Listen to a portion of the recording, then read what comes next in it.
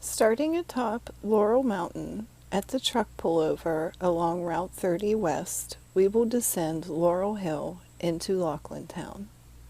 Imagine you are in a stagecoach being pulled by horses. With 3.5 miles of steep grade to go until we get into the center of Laughlintown, we're going to speed things up for the purposes of YouTube. In the early 1790s, the Pennsylvania legislature began funding westward expansion, which resulted in the survey and construction of the state road which passed through Robert Laughlin's property. The crossroad situated at the base of Laurel Hill became a natural stopover point for travelers both ascending and descending Laurel Mountain. Whoa, let's slow our horses and notice the rock on your left-hand side. In 1818, this was the area of a toll gate. It was also a rest area with a natural spring and a water trough for the horses and mules. Here's a photo I found online of it in the late 1930s in wintertime.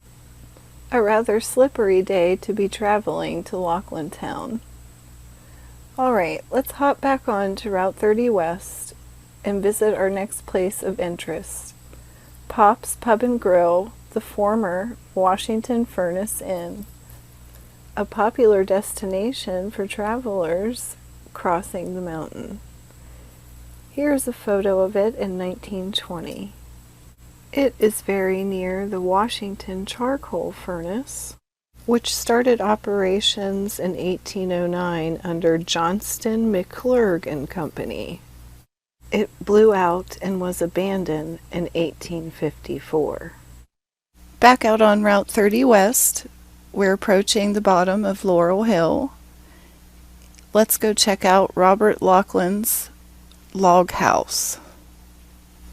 It is not known when the 2-story log house in the middle of Laughlintown was built, but it is quite probably the oldest remaining structure in town. Accounts suggest the house may have been built as early as 1798. Unfortunately, this cannot be documented. The deed for Lot 16 goes back to 1803 when Robert Laughlin and his wife Mary sold the property to William Graham, a blacksmith from Somerset. Moving on now, we come to the crossroads in the center of Laughlintown. Across from the Compass Inn Museum, take note of the building on your right. Today, this is the Country Cupboard. It was a post office for more than 40 years. Being that it is the center of town, I thought I'd add this photo I found online of a parade in. Moving through the crossroads in the center of Laughlintown, we are going to come to a modern-day house on the right-hand side. Just near the pine trees, in the yard of this property, on the 1857 map, we see there was once a gatehouse for the turnpike. In 1816, James Clark was appointed gatekeeper there. He had moved to town in 1811 and became postmaster in 1813. Eventually, he became county commissioner and was also a state legislator. And we thank Angie O'Brien for her introduction for our second part of Slick and Shiny Productions look at the past of Laughlintown, Pennsylvania. I really like maps. This is an old one from the 1850s. This is where Angie was coming in, down the hill down here into Laughlintown. And we'll get another look here. This is the same territory, only about 10 years later. This is Washington Furnace that she came past. And we'll see some of that and things in town. I like maps. I think it was from my time doing archaeology that I came to understand that sometimes where things happen is as important as what happens and when it happens. That was Washington Furnace, one of the old stone blast furnaces. Actually, it's one of the, that's a generic picture of it. This is the county, Westmoreland. This is the eastern boundary. All these little icons are the old iron furnaces. They look different. They're not all the same because they show different time periods. But this one right here is the one Angie O'Brien mentioned, the Washington Furnace. This is more or less a generic iron furnace, just showing this is the actual furnace itself, and that's usually all that's left. And all this other attendant structures, by the time we see them, all this stuff has usually been destroyed and rotted. This is charcoal house and the cast house and the blast house.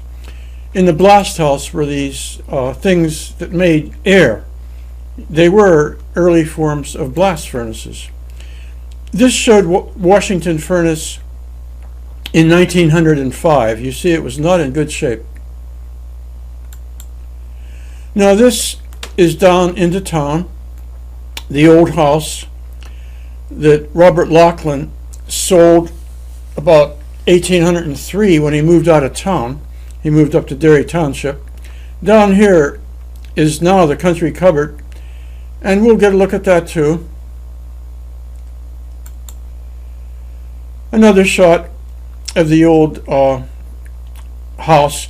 That house also had an attendant structure which was a blacksmith shop. Robert Laughlin was a blacksmith shop. Was a blacksmith.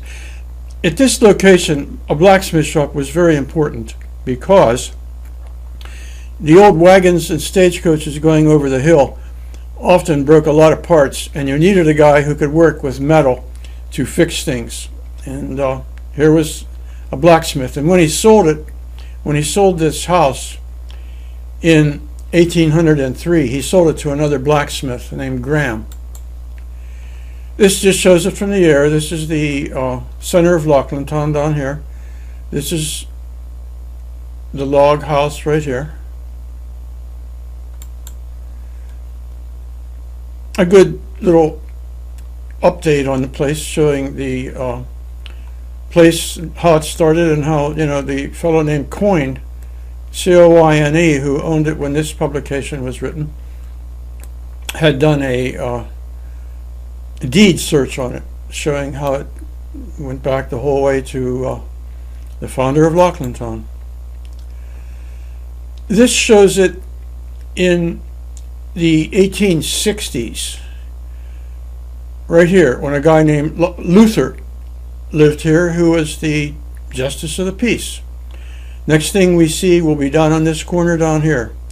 And in the 1860s, there was nothing there. And now, this is what's there. And previously, there was a store there run by a fellow named Is Zeiders. Is also, in addition to his store, he also ran a post office there. And that was part of the early history of the place, going back to about 1900 and before. See it from the back with the Compass Inn across the street. Ligonier Country Inn, Compass Inn over here.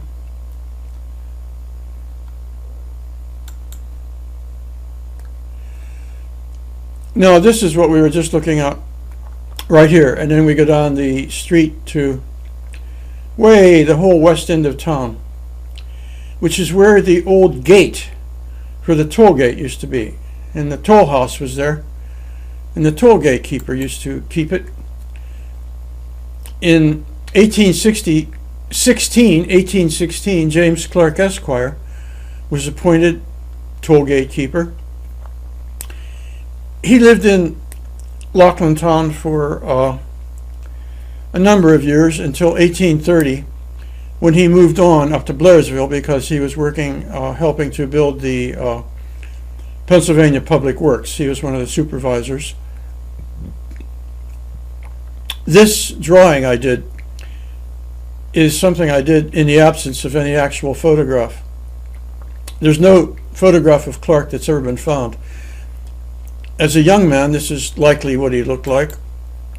As he grew older, he became a bit more dignified and had other things to do. He was in the state legislature and did other things. He became involved with the Pennsylvania Railroad when it was being built. He was Commissioner of Damages, which is basically the landman who goes out and buys the property for the railroad when it came through this part of Pennsylvania. And he stayed in Blairsville until he died. This is the 1850s. This is the center of Laughlintown. This building down here was the old toll house where the gate for the old toll house was. And I think we've gotten about to the point where we should say so long. Slick and Shiny Tongue-in-Cheek Productions has brought you the second look at Laughlintown. I think there will be one more. And so long until then. Bye now.